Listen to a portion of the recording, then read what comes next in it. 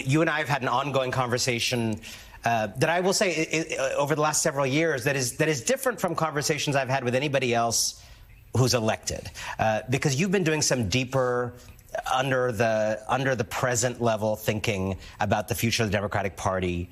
And I would say among people who are elected, your thinking about it has been clearer and starker and more honest. You are a team player in the arena, but you're also an internal critic of your own party.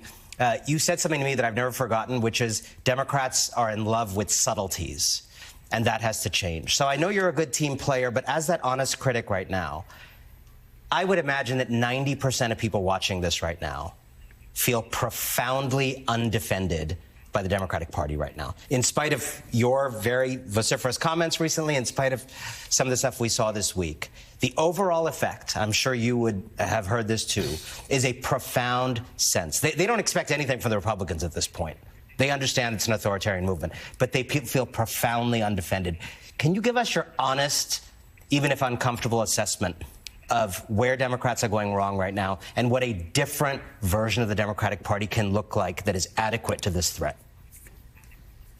Well, that is an enormous question, but a very important one. I do think people understand that we are the minority party. We don't run the White House. We are the minority in the House and in the Senate.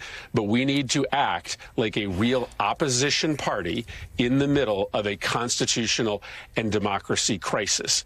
That means we should not be moving forward nominees or legislation in the United States Senate. Democrats should not be giving votes to nominees or to legislation in the United States Senate until Republicans get serious about this crisis. Democrats should not help Republicans raise the debt ceiling in order to pass their massive tax cut for billionaires and millionaires. Democrats should be leading public gatherings all weekend, all across the country, to bring Americans out to show Republicans that they will pay a price. And then Democrats need to speak in really stark terms about what is going on here. Yes, we are obsessed with subtleties, but I don't think it's a mystery as to what is happening here. I think this is a billionaire power grab. I think Elon Musk is trying to steal our money, is trying to steal our data. I think Elon Musk is shutting down the USAID because he wants to do deals with China and make more money.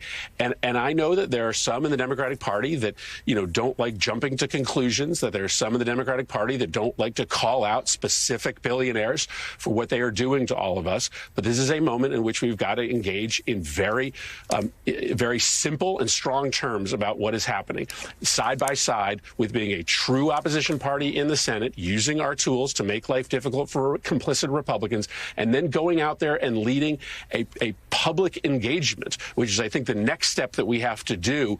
Don't just fight on the inside, go fight on the outside. So all of those things are vital. I don't know that all of my Democratic colleagues were there a week ago. I'm hoping that they are going to get there this week. I think many of them are.